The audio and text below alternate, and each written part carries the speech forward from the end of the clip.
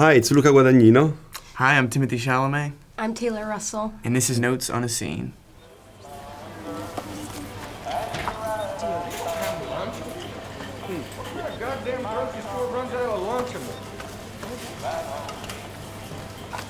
We are going to see the moment in which Maren, played by you, meets for the first time Lee, played by you. Maren has left home in search of her mother, and she needs stuff that she can't buy, so she's getting into this store to shoplift.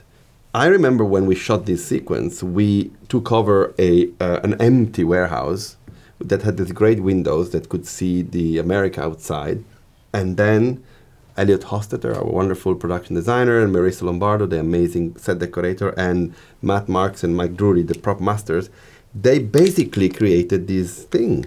It's all original pieces from the 80s, merchandise that doesn't exist anymore, that gave all the real beautiful texture. But I also think that we should talk about the way Maren and Lee look in this. Maren is shoplifting. The jacket I'm wearing there, it's kind of this protective layer. It's her dad's jacket.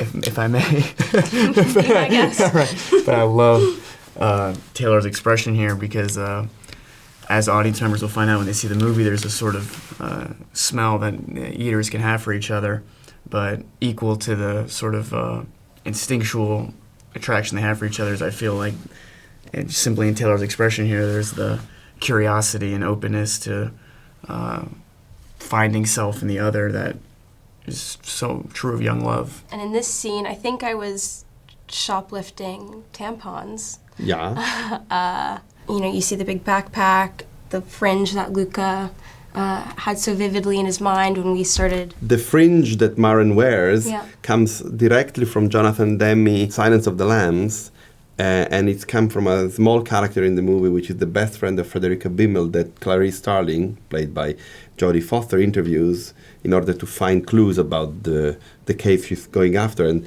this was this beautiful high fringe, and Massimo and Fernanda, the makeup artist and the hair designer of the movie, and we had this image in our mind since then. So we said that this is the time to play. Chop. Yes, and you made that chop this. And what about your look? And we like this idea with Lee that he sort of had forged his clothing and his look from people that he had met along his travels, whether it was people that were his prey, for lack of a better expression, or people that simply had forged around in their homes. So his wardrobe is sort of genderless and is a little bit all over the place, and what he's wearing today could be gone tomorrow. And this hair color here, Luke and I struggled with for quite a bit because we were going in a sort of a lighter direction for a while and a sort of a more expressionistic thing. And then when we were doing research with the hair designer Massimo, we realized that in the late 1980s, a lot of hair colors weren't available. So we actually found a hair product from the late 80s that was still usable. We sculpted it with the cut. Yeah, it's true. We did a camera test in upstate New York about a month before the movie started. I like this idea very much that on the outskirts of society, you could think a young person, a young cannibal, would be outside any sort of social system and not be looking in the mirror per se. And to the opposite, I think Luca and I both thought that Lee, because he's starved of social contact, would actually be desperate for identity and expressing himself and trying to find himself in the gaze of another person. What is the beautiful about this in this sequence is how, by simple juxtaposition of you and you looking at each other across the camera, it is the most powerful moment and it's the most beautiful effect. We don't need much. We need just two great actors doing that. It's beautiful.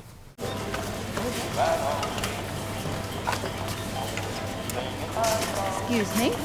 Oh, you trying to run me down? In your expression here, you can see how you are very absolutely understanding that this guy is trouble and that this guy, in a way, represents anything that your character is running away from. There's a lot of older men in this movie that I feel that Maren's always kind of, assessing or reflecting her journey off of, and this is another example of that. And also of Lee. in this. Yeah, there is a line. I mean, it's between Yeah. the two of you against him, which this Yeah. is the movie. The movie is about these two young, beautiful lovers who, no matter what their real problem they have within their own nature, they're still having to fight a lot of challenges and win over in order to achieve the impossible. Hear this, you dumb Hey, hoe? don't talk to her like that. Hey! You're out of control, buddy. This is the first example you see and that she's seen of somebody in her life who has stuck up for her, who have been on her side. So it's indicative of the relationship in the rest of the movie. Dumb Hey, hoe. don't talk to her like that. Hey! You're out of control, buddy. You with the store or something? No, I'm not at the store, but I'm gonna escort you out of it. I love this moment. She is really feisty and she's very courageous. Maren is going after a big man and really she's saying what she feels she has to say in order to put him on his place. And Lee suddenly steps in to add his voice, so to the two, one becomes two and two becomes one together against that moment, that person. But what I love about it, on top of it, is how Trent Reznor's and Atticus Ross score suddenly enters the scene and create a connection between the two of you guys with this beautiful romantic moment of guitar that immediately underline that finally one and one has become one unit, the two of you guys. You with the store or something? No, I'm not at the store, but I'm gonna escort you out of it. Fucking see what happens. See what happens? Yeah. What's gonna happen? Something bad's gonna happen? Yeah. Outside. We're going outside. You enjoy hassling people, man? Is that what you do on Saturdays? You done jerking off? That she's the first one to step to him, and that Lee quickly picks up on the moment to, you know, make a brave stand in front of her. But true to the nature of the character, if people see the movie, Lee's sort of amorphous, I would say, trying to figure out his moral compass and who he is, sort of day to day and moment to moment without a clear path. And I think Maren's a very inspiring figure to him because she's much more steely in her resolve. Her moral compass is more set. It's not as janky. You can see because the lady is hiding, but Lee has just stolen the hat from Barry, I think it's the name of the character.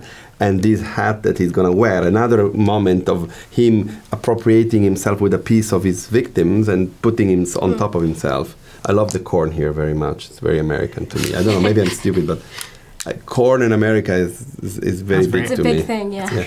Yes?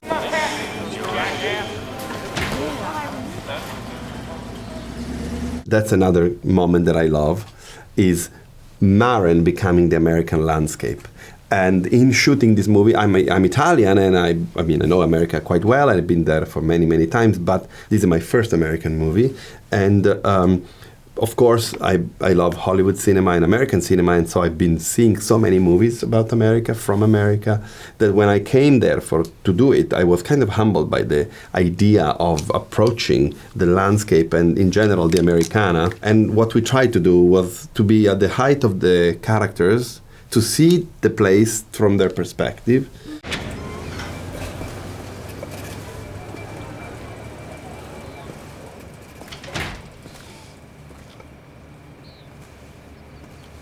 She might feel guilty here, right? Yeah. That she stole. Well, There is always see a the moral. little- You have always a moral compass. She stole a lollipop, too. I don't know. I mean,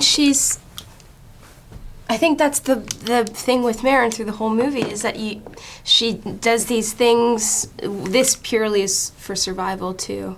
She's never stolen before. This is the first time. And having first at that age, she's 18, you know, it's terrifying.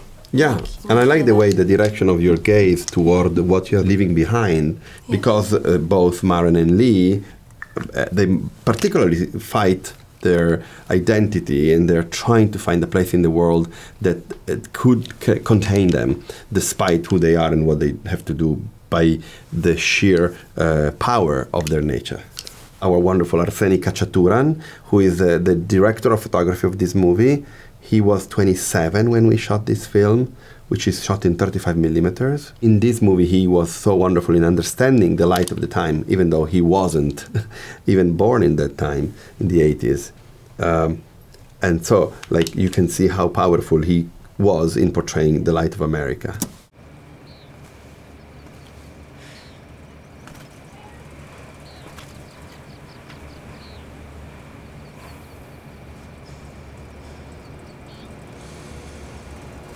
She still is like thinking of what she has done and what she has left behind, when suddenly something in front of her, it's having a very strong pull toward her, right?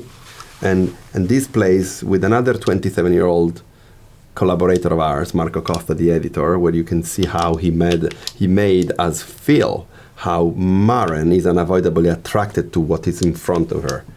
These three cuts are telling us, Hitchcock way, that there is something there that she's attracted by.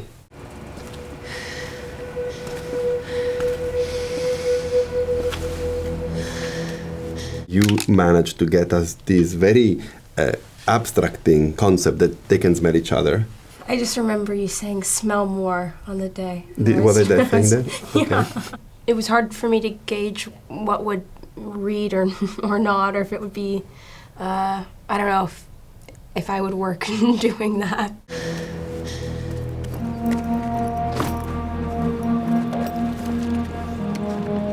And he's smelling something very strong, because he turns to look at her and she's quite far because he feels her presence, right? Mm-hmm. I like this moment very much too. I like how Taylor just put it as well, because if for her this is the first day where she had to play sort of the smelling attributes of the eater, this was the first day that I had to viscerally play this eater post-eating, I guess would be the expression. And that was fascinating for me, because here we were in the countryside of Ohio. This building had a couple notices. It was in disrepair. And it was on this day I really realized how different this experience was with Luca compared to the beautiful Italian countryside that I spent a summer in when I was 20. And all of a sudden I was, had a bunch of SFX blood going down my chest.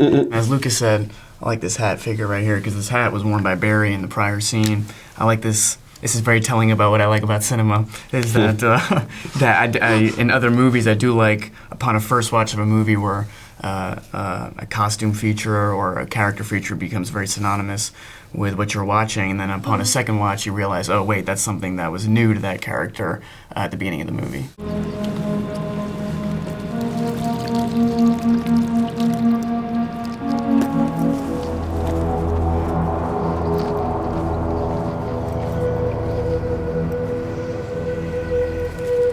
What Timothée does so well from the prior scene to this scene is that his body language is so creature-like, and it's so vivid seeing how changed he is from, kind of being, this, I don't know, he has this swag in the scene before, and he's so embodied to, I think you see how high he is almost after his meal. There is something animalistic in your body language. And it's something that Taylor and Luca and I talked about a lot, which was, what is the experience for, what is the out-of-body, what is the conscious experience when these eaters go through this, and without appropriating or being disingenuous towards actual chemical experiences people have when they're addicted.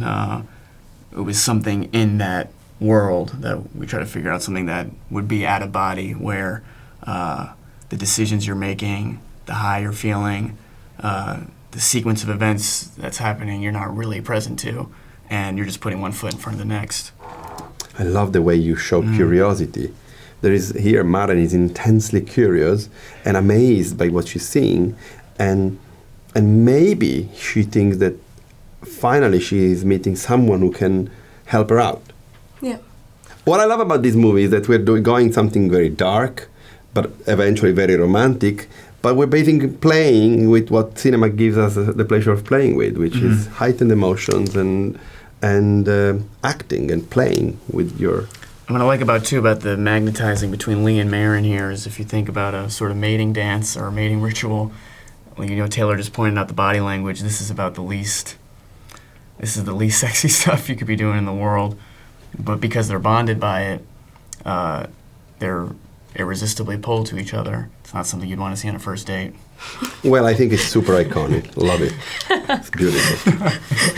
Thank you. Thank you so much. Okay. Nice to see you. That was